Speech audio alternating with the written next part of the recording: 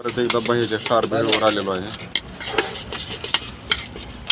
इथली भेळ खाल्ल्यावरच समजते की किती छान आहे ती.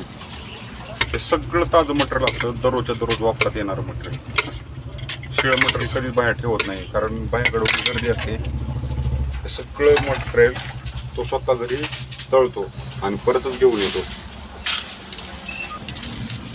भेळमध्ये जो बनवतो पूर्ण चिकनच्या भाजीसारखाच लागतो. एवढी याची मेहनत आहे, त्यामुळेच याच्याकडे चव आहे. बाहेरची भेळ आणि पाणीपुरी नंबर 1. स्टार भेळ, कळंब डोकी हायवेवर.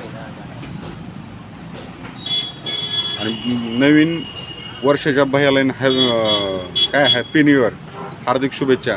आणि येणाऱ्या कस्टमरला पण नवीन वर्षाच्या हार्दिक शुभेच्छा. रेडी झालेली आहे. प्रत्येक वेळेस येतोय कळंबला तेव्हा इथं भेळ खाऊन जातोय आणि पाणीपुरी.